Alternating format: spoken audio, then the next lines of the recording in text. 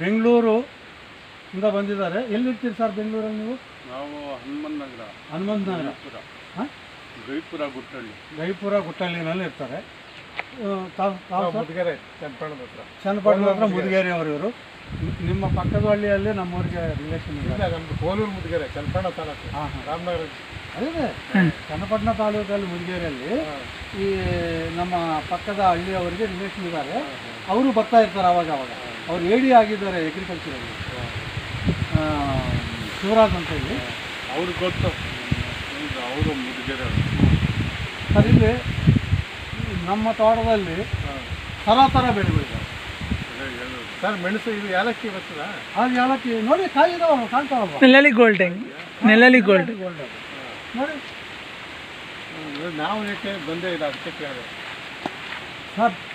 ಎಷ್ಟು ನಾವು ನೆಟ್ಟಿದ್ರೆ ಅದಲ್ಲ, ಅದಕ್ಕೆ ಅಷ್ಟು ಆ ಗಿಡ ಬೆಳೆಯೋಕ್ಕೆ ನಾವು ಆ ವಾತಾವರಣ ಕ್ರಿಯೇಟ್ ಮಾಡಬೇಕು.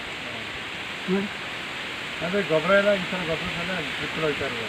ಅಸಲ ಗೊಬ್ಬರ ಅನ್ನೋದು ಹಾಕೋದೇ ಇಲ್ಲ, ಎಲ್ಲ ರಾಸಾಯನಿಕ ಅನ್ನೋದು ಮುಟ್ಟೋದೇ ಇಲ್ಲ.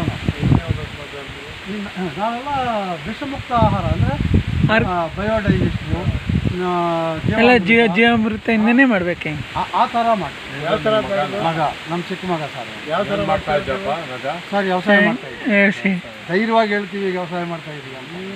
ಏನು ನಾಚಿಕೆ ಅಂದರೆ ಅಲ್ಲಲ್ಲ ಸರ್, ನಾವು ಈಗ ಏನಾಗ್ಬಿಟ್ಟಿದೆ ಅಂದರೆ ವ್ಯವಸಾಯ ಮಾಡೋರು ಅಂದರೆ ಒಂದು ಸ್ವಲ್ಪ ಮನುಷ್ಯರನ್ನ ಒಂಥರ ನೋಡ್ತಾರೆ. ಅದಕ್ಕಾಗಿ ನಾವು ಧೈರ್ಯವಾಗಿ ಹೇಳ್ತೀವಿ. ವ್ಯವಸಾಯ, ನಾನು ವ್ಯವಸಾಯನೇ ರೈತ ನಾನು. ಅಲ್ಲಲ್ಲ, ನಿಮ್ಮ ವಯಸ್ಸು ನಮ್ಮ ವಯಸ್ಸು ಬೇರೆ, ಆ ವಯಸ್ಸು ಬೇರೆ. ನಾವೆಲ್ಲ ನಮ್ಮ ವಯಸ್ಸುಗಳು ಬೇರೆ.